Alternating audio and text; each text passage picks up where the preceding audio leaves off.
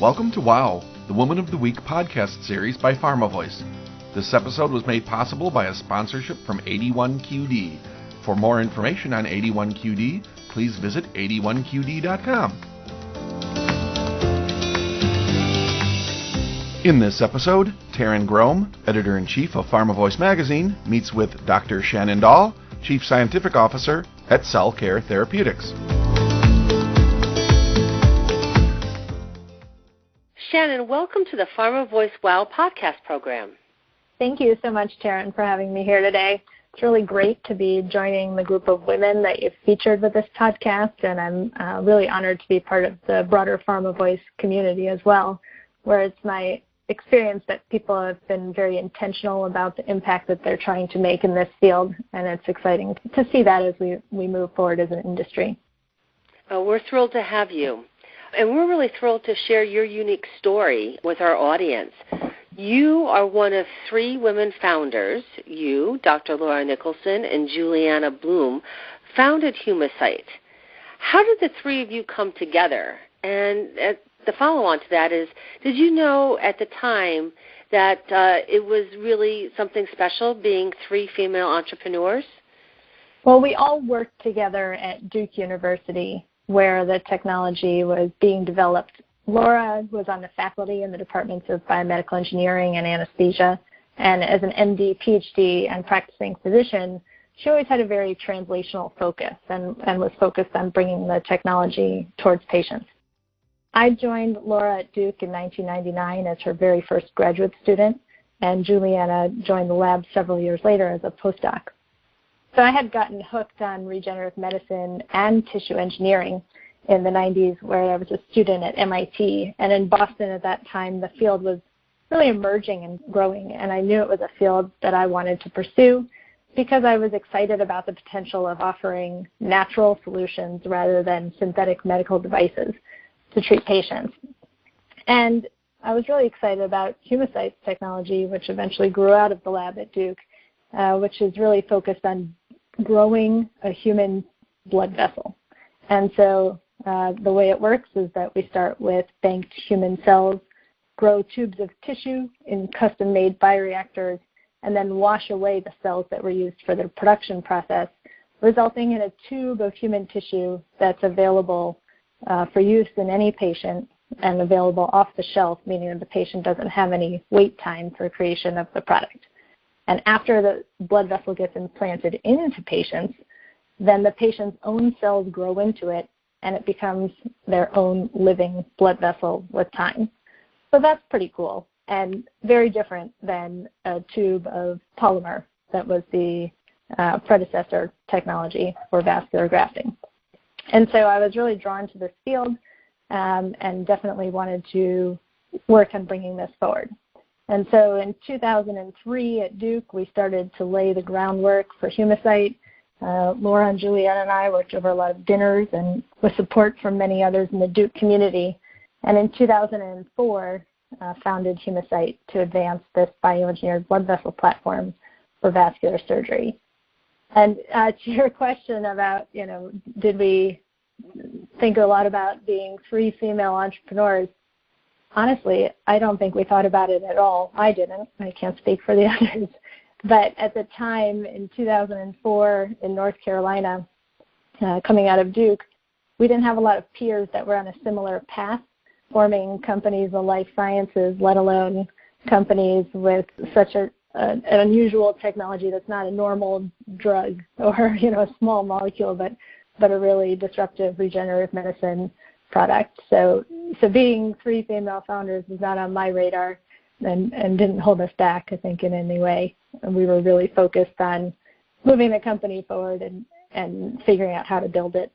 You were really at the forefront of this regenerative technology.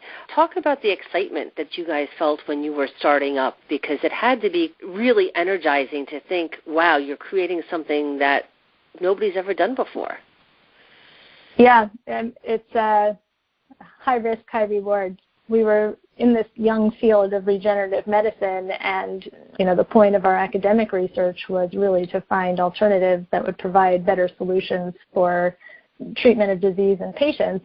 And we felt that we had one, but as you mentioned, we didn't have a lot of precedents to follow and did not have a clear path of how to bring it forward. So I think, a theme for me that's always stood out about Humacyte and regenerative medicine in general is that, and any young field really, is that, it's not only about innovating the product, but it's innovating about how you get the product forward to patients.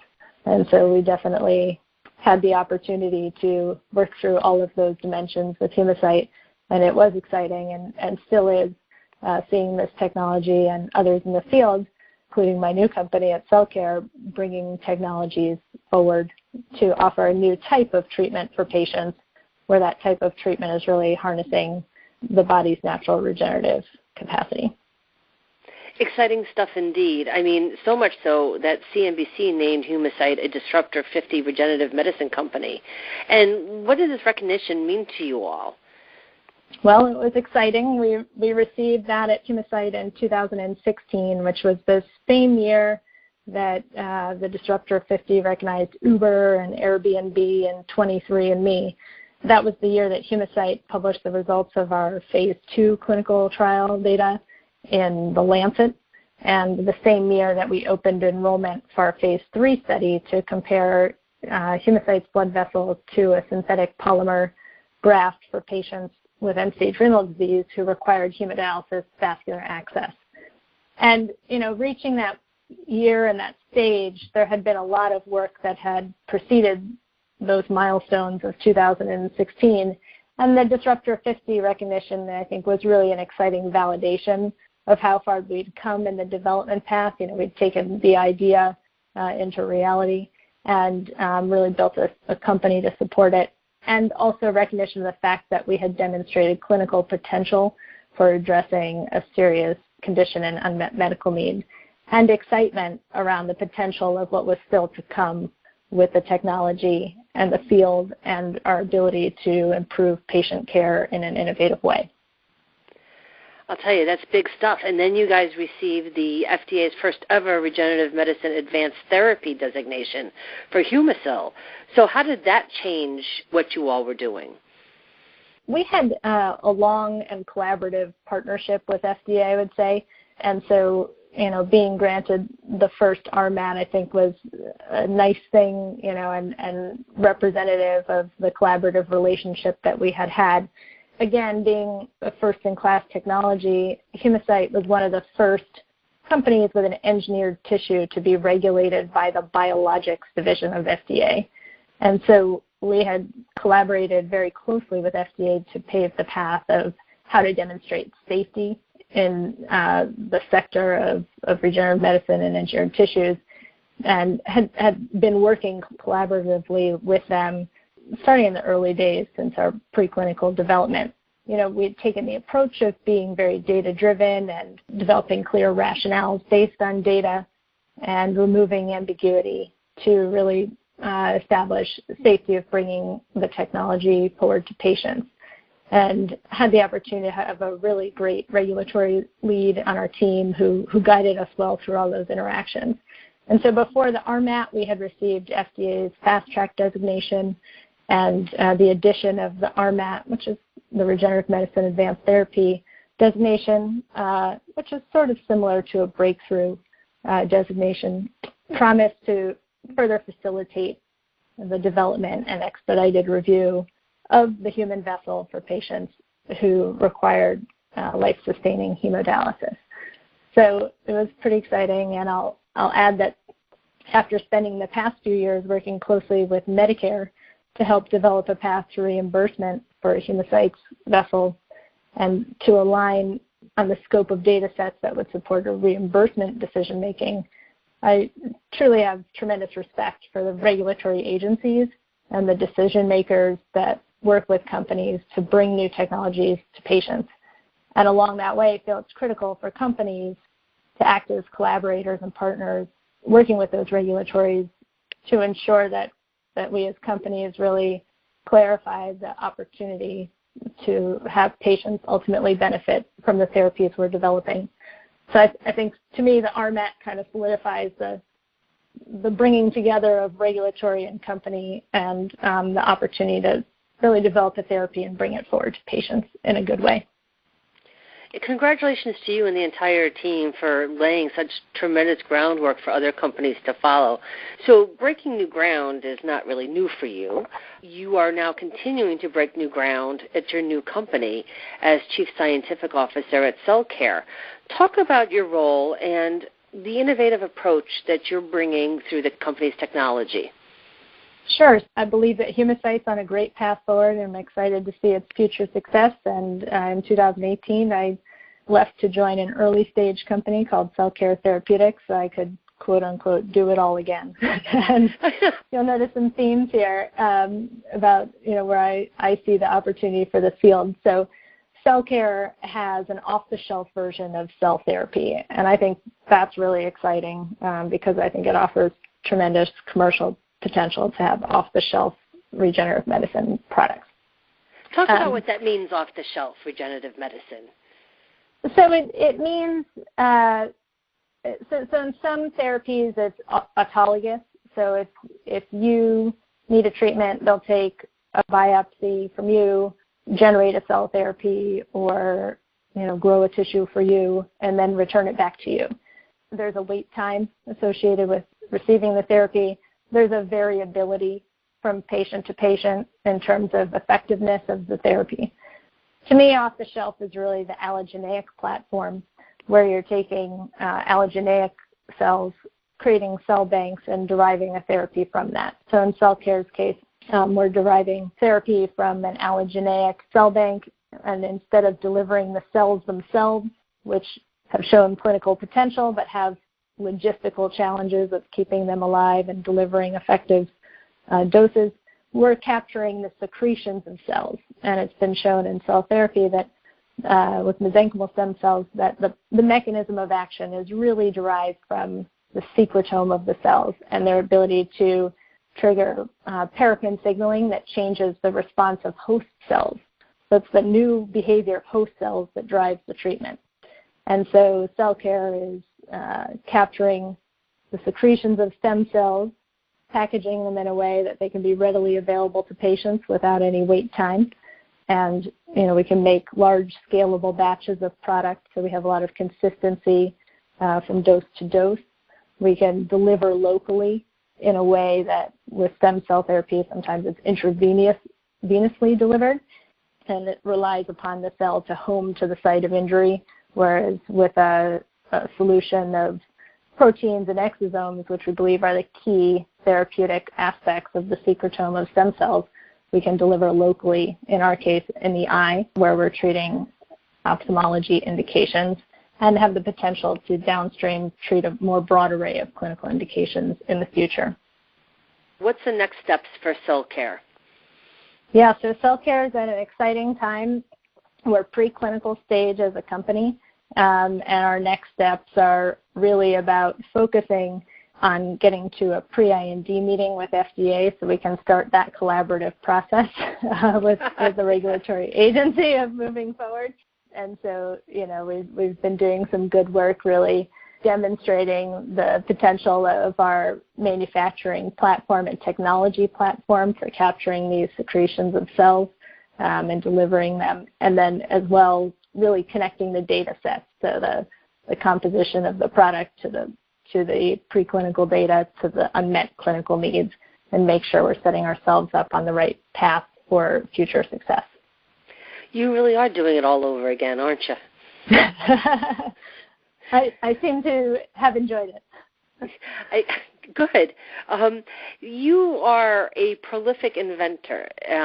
From what I have read, that you have 20 patents to your name. What drives your innovative spirit? I think I'm ultimately focused on reaching the goal of bringing new innovative therapies forward to help improve patient care. And to me, it's an added bonus if it reduces healthcare costs for the healthcare systems as well. And when I think about innovation, I think it tends to come from when you're looking forward, looking at the biggest areas of challenge that could hold you up in the future, and saying, how am I going to not let that challenge be a real challenge and persistently work through it. I think a lot of those sites of challenge is where there's really opportunity for innovation. And I think innovation comes in two ways. One is the more obvious example of patents that I think you alluded to in the question. For example, at Humacyte, developing our product, developing novel methods for scaled manufacturing, and developing a pipeline were really critical for us to advance the technology to support our work with FDA, ensure we demonstrated control over manufacturing, and build our business in a way that moved the therapy forward. And as a result of all these efforts, we were able to capture the new value we created in patents to cover key aspects of composition of matter, manufacturing, and use. And so that becomes key assets of the company, and patents are one way of innovation. I also want to point out, though, that I think there's another equally important side of innovation. So I see innovation also occurring at interdisciplinary interfaces, where there's a need to merge expertise and drive clarity. So, while it might be surprising when many people think about innovation and patents, I view a lot of the work that we did with Humacyte to define the path forward in collaboration with FDA and Medicare as being highly innovative. And so that process of helping to collaboratively set the path forward for regulation, especially when you're dealing with first-in-class technologies, requires innovation. It requires new thinking. It requires, sharing what you know, understanding what the other person knows or the other entity knows, putting them together, and new paradigms, new ways of thinking at that interface of technology, strategy, healthcare, and policy. So I think that's an important other dimension of innovation. And then now being at Cell Care Therapeutics, I think it's exciting, we're engineering cells to capture an enhanced secretome profile that delivers exosomes and proteins in an off-the-shelf formulation, which is another new exciting platform for innovation, and one I'm excited to help bring forward through those other dimensions of setting the path with regulators. I couldn't agree with you more. I do think that innovation is more than just an end product. It is about looking at different ways of changing the healthcare system. So kudos to you and your team for really forging a new path. It's actually quite fun to do that as well. So, when you're operating those interfaces, you really get to meet a lot of different people with different expertise, and I value that. So it's been an enjoyable process. That's great. I know you also serve as a mentor at Stanford StartX Med, which is a medical vertical of StartX. What does this role entail? What are you doing at Stanford? I work with founders of life science companies, most of whom are spinning out companies from Stanford, to support their early efforts as they're focused on shaping their companies and clarifying how they'll focus moving forward. And a lot of what I do is really support the founders or CEOs on honing in on clarifying and communicating their value proposition and ensuring that their company goals and investor pitches are fully focused on advancing the technology and the company to realize the value proposition. I guess when I think about value, I see it having several dimensions: value to patients, value of the competitive advantages of the technology, cost savings to the healthcare system, asset value such as patents, value of the team, the experience behind them, the size of the market, et cetera. So really helping them think strategically about putting all of that together and communicating it effectively, and brainstorming with them if they see challenges ahead on how they might think about navigating those challenges so that they have a successful strategic path forward. I view it as a fun way to give back to the community. I enjoy meeting the energetic early-stage founders, and one that simultaneously allows me to see a broad range of interesting technologies across several sectors that are spinning out of top institutions. Yeah, I would think it's very exciting to be there almost at the ground level and seeing what's percolating up. So that's wonderful.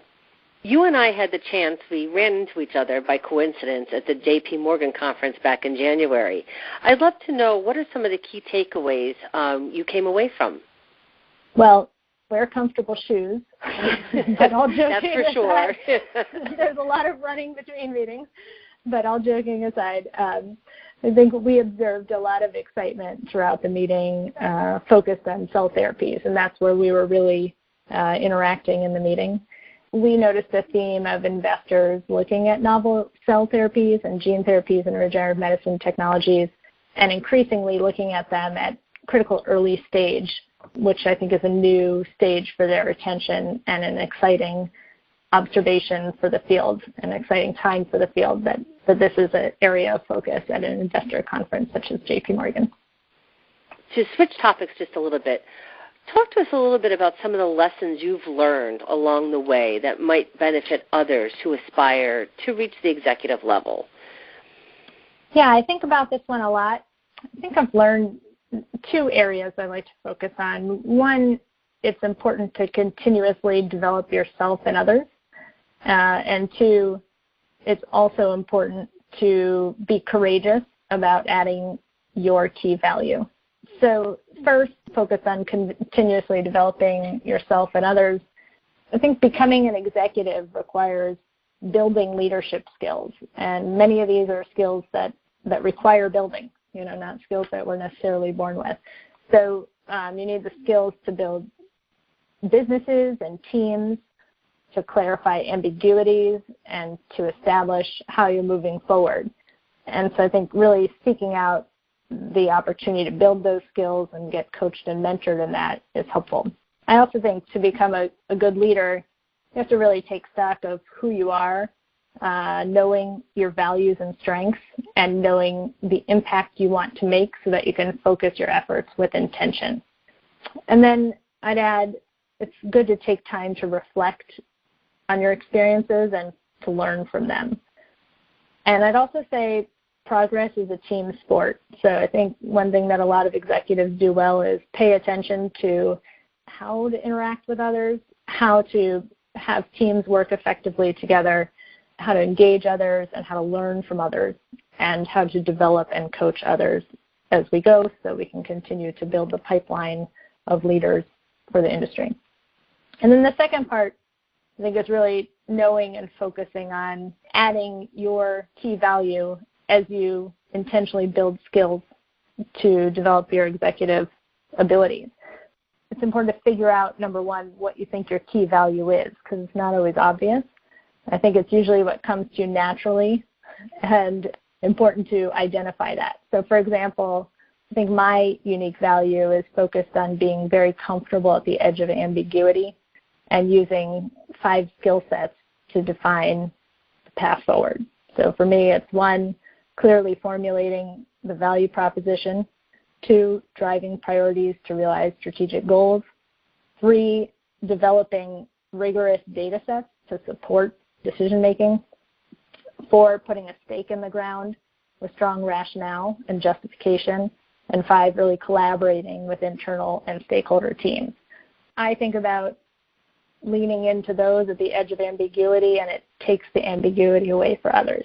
And so I think it's important for everybody to understand what is their unique value that they're bringing to the table, and how can they focus on adding that value while building skills that will really allow them to maximize their impact for their teams and organizations, and maximize the impact of those around them as well. Those are 5 great key takeaways. You've been wildly successful in your career, but how do you define success for yourself? I think it's really about moving forward with intention, and that may look different for everybody. So at a professional level, I think about developing novel therapies, and that every milestone we achieve is bringing us one step closer to the end goal of improving care for patients.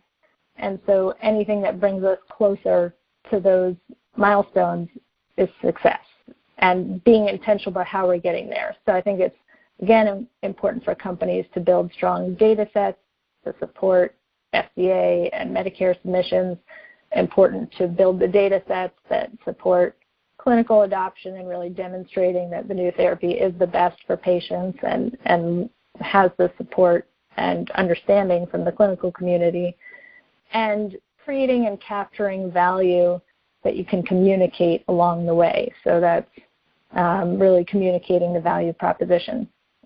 I think being intentional about what you're trying to achieve is helpful.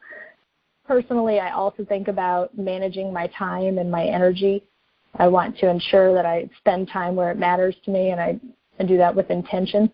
I like multipliers. So, for example, I like to ski with my family and friends where I can spend quality time with people, and exercise, both of which give me energy and help me in turn with that energy be more impactful with my professional goals. So I think for me it's all about intention and choice, and making a choice about moving forward and what impact I'm seeking to have. Fantastic. Finally, what has been a wow moment in your career?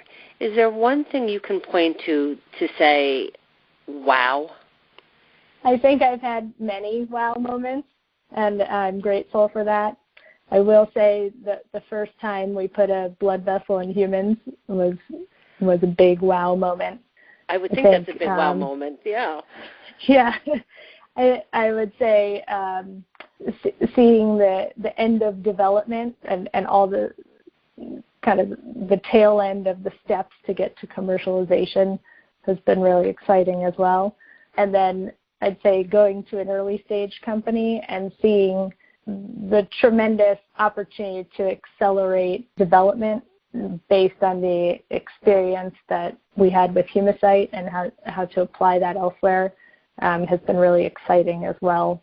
So many wow moments, and hopefully many more. Congratulations to you, and I do wish you many more wow moments. And thank you so much for spending some time with us today for our WOW podcast series. Thank you, Taryn. It was a pleasure. Thank you for listening to this episode of WOW, the Woman of the Week podcast series. And thanks again to 81QD for sponsoring this program.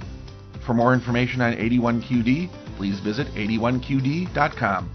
We also encourage you to listen to additional episodes at pharmavoice.com/wow.